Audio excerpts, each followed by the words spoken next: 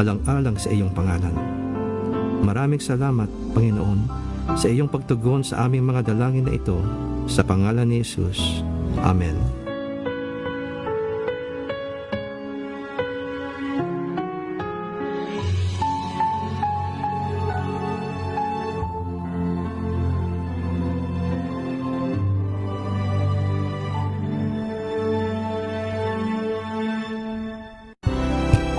DZRH, a proud member of MBC Media Group. 2 minuto na makalipas ang alas 4 ng umaga.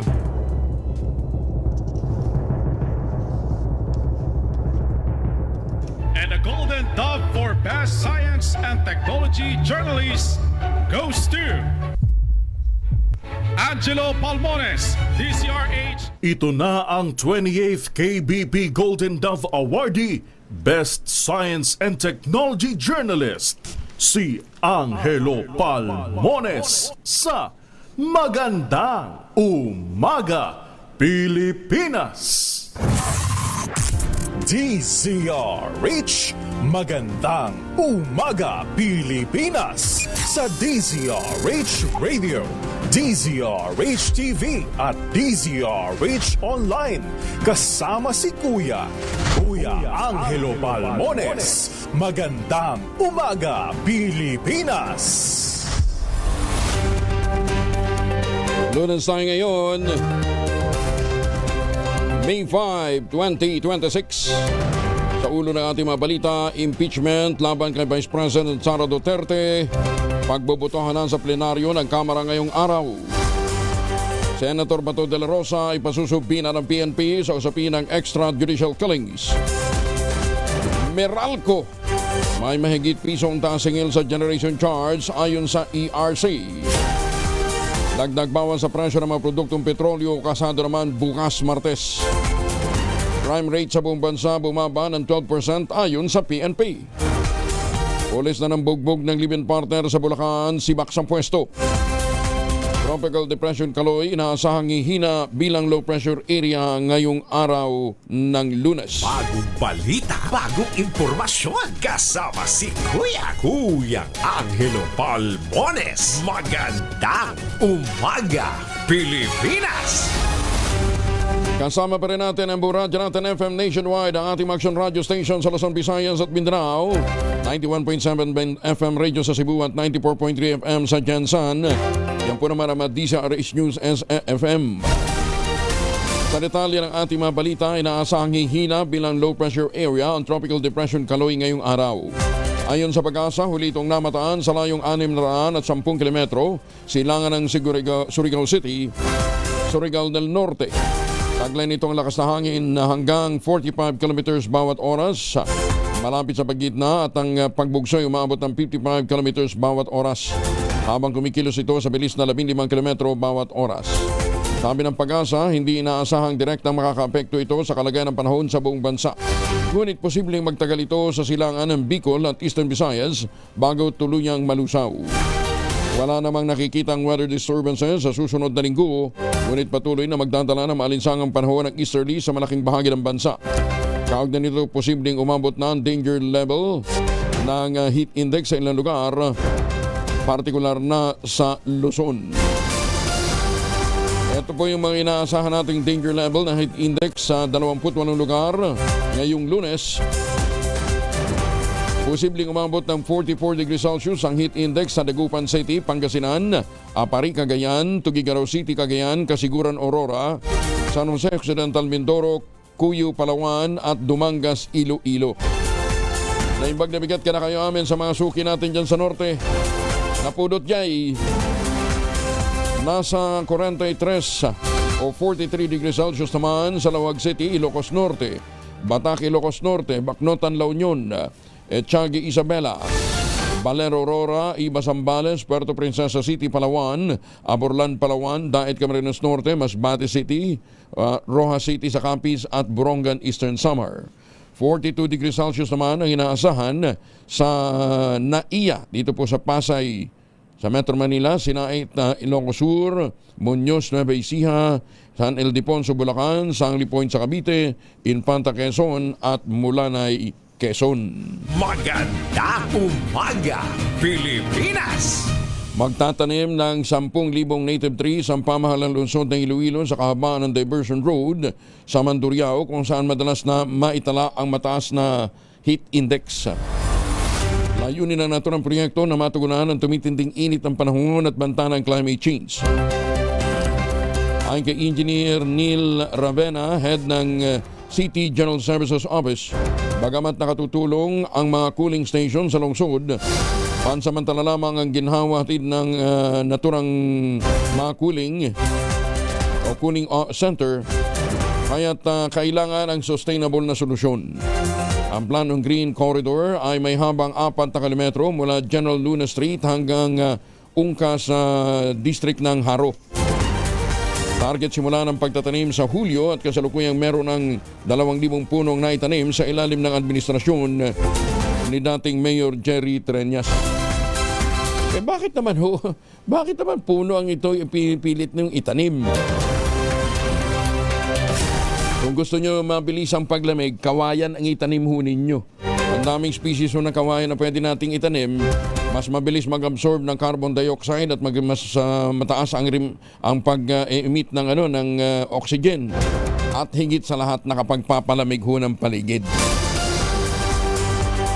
Samantala, nahaharap sa reklamong graft at corruption, gayon din ang malversation of public funds ang isang mababatas mula sa Camarines Sur kaugnay ng bumagsak na 2 flood control project sa lalawigan. Inihain ng taxpayer na si Romeo Penilla ang reklamo sa Deputy Ombudsman for Luzon laban kay Camarines 4th District Representative Arnulfo Brian Puentabella. Gayon din kina Public Works sa 4th District Engineer Gemma Timbang. Pinalitan nito sa pwesto si Nestor Gurimbao at mga opisyal ng AC Rivero Development Corporation at Partido Construction and Supply. Nagungat ito sa nawasak na 6-kilometer flood control structure sa Sagnay River at ang na-wash out na 743-meter na seawall sa bayan ng Garchitorena kahit fully paid na at inuulit na kumpleto na ito.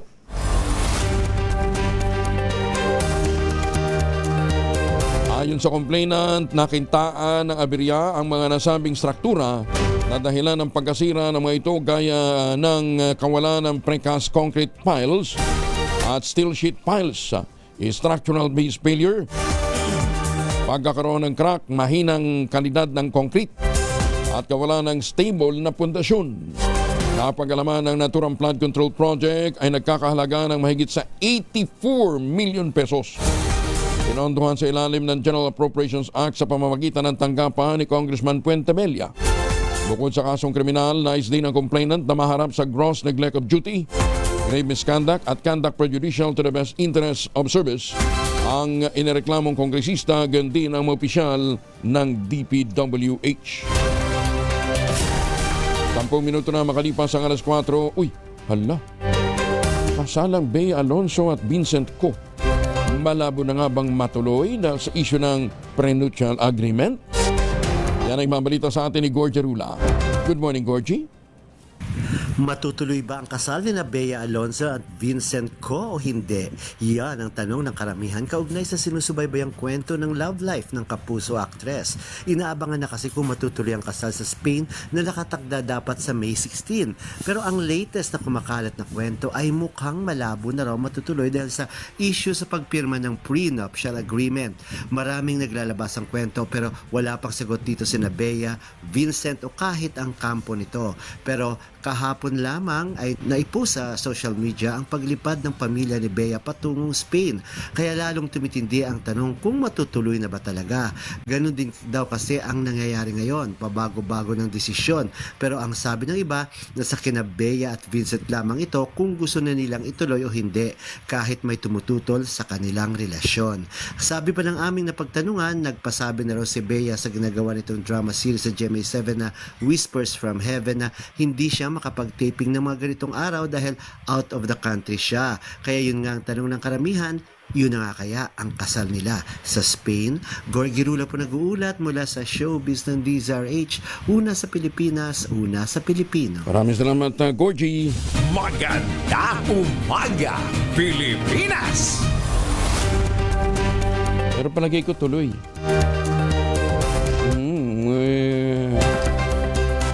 Tabayanan niya yung mga detalye niya, ha? Pero palagay ko tuloy. Isa sa ilalim sa 42 araw na quarantine ng 38 tripulanteng Pilipino mula sa cruise ship na MV Hondios bago sila tuluyang mapauwi ng Pilipinas. Itong kinumpirma ni Migrant Workers Secretary Hans Leo Kaknak matapos sumiklab ang outbreak ng hantavirus sa loob ng barko na ikinasawi ng 3 dayuhang pasahero. Ayon kay Secretary Kaknak, kasalukuyan nakadoong ang MV Hondios sa Tenerife Port. Ito po sa Canary Island. At 24 na Pinoy seafarers ang dadalhin sa The Netherlands kung saan 4 ang nakaalis na nitong linggo. Habang 20 naman ang susunod ngayong araw. Pagtitiyak naman ng Department of Migrant Workers, aktibo pa rin ang kontrata ng mga Pinoy. Patuloy silang makatatanggap ng sahod habang sila ay nasa quarantine. So once again, I will defer to the good Secretary of Health. I think it's very important also to emphasize that all throughout the period of quarantine in the Netherlands, the ship's crew, Filipino crew, will continue to receive their entitlements under salaries and entitlements under the contract. Ayun. Kaya kahit gabing-gabi, nagpa-press con ho si Secretary Hans Leo Kakdak. Nilina naman ang health reform advocate na si Dr. Tony Lechon. Walang dapat ikamahala ang publiko dahil sa malabong maging global pandemic ang hantavirus. Ayon kay Dr. Lechon, bagamat walang bakuna para rito, nadadaan naman ito sa preventive health education kabilang ang proper hygiene at pagpapalakas ng ating immune system. Gate ni Lechon, less transmissible at hindi madaling makahawa ang hantavirus kumpara sa COVID-19. Paliwanag ng eksperto, may pagkakapareho ito sa leptospirosis, ngunit iba lamang ang mode of transmission. Sa halip din na niyang atay at kidney ay baga ang inaatake nito at nagdudulot ng lagnat, muscle pain at ubo. Nare-resulta naman ng pneumonia at pulmonary failure.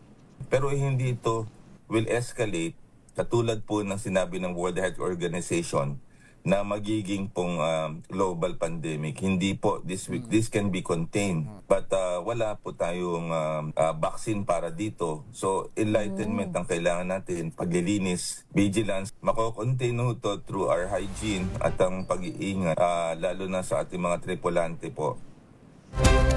So ang kaibahan ho ng hantavirus, ito ho ay virus. Yung leptospirosis po ay bacteria.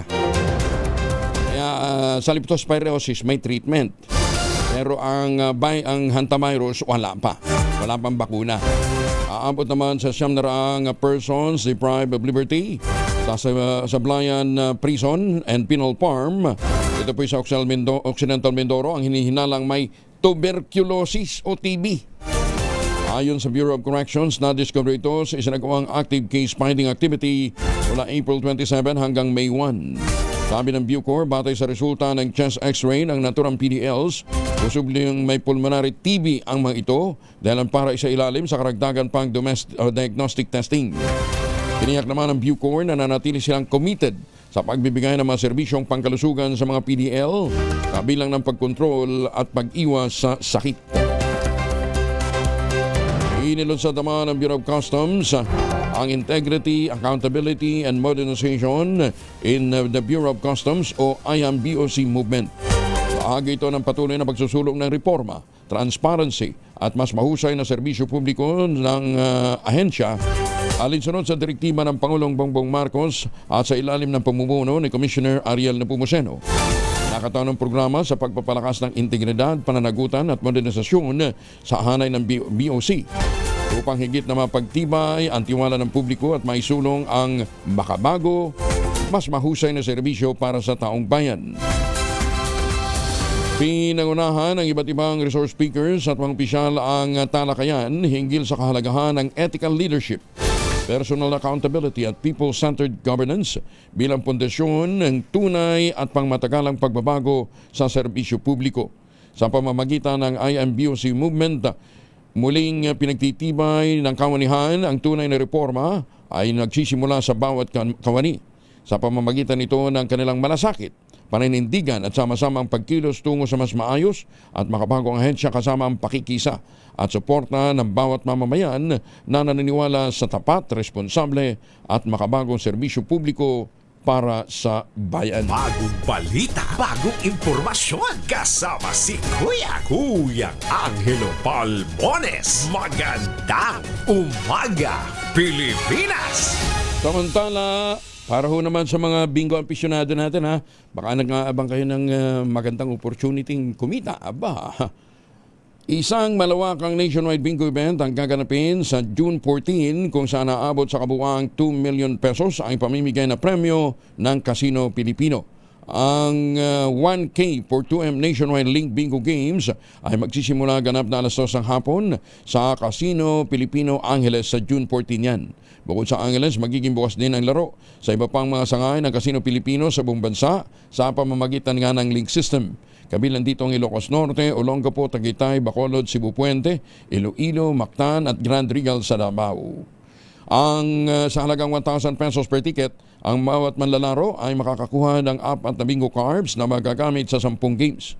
Sa Game 1 hanggang Game 9, 100,000 pesos ang pwedeng mapanalunan sa bawat laro, habang isa naman ang maaaring manalo ng tumataginting na 2 million pesos sa grand prize sa Game 10. Lahat ng mapapanalo ng premyo, tax paid, kaya buong matatanggap ng mga maswerteng mananalo. Para po sa nais mag-inquire, po pwede kayong tumawag sa 0906-57-MORE-1935 o 0927-804-0304. Magandang umaga, Pilipinas! Oras muna sa buong kapuluan, 18 minuto na makalipas ang alas 4 ng umaga.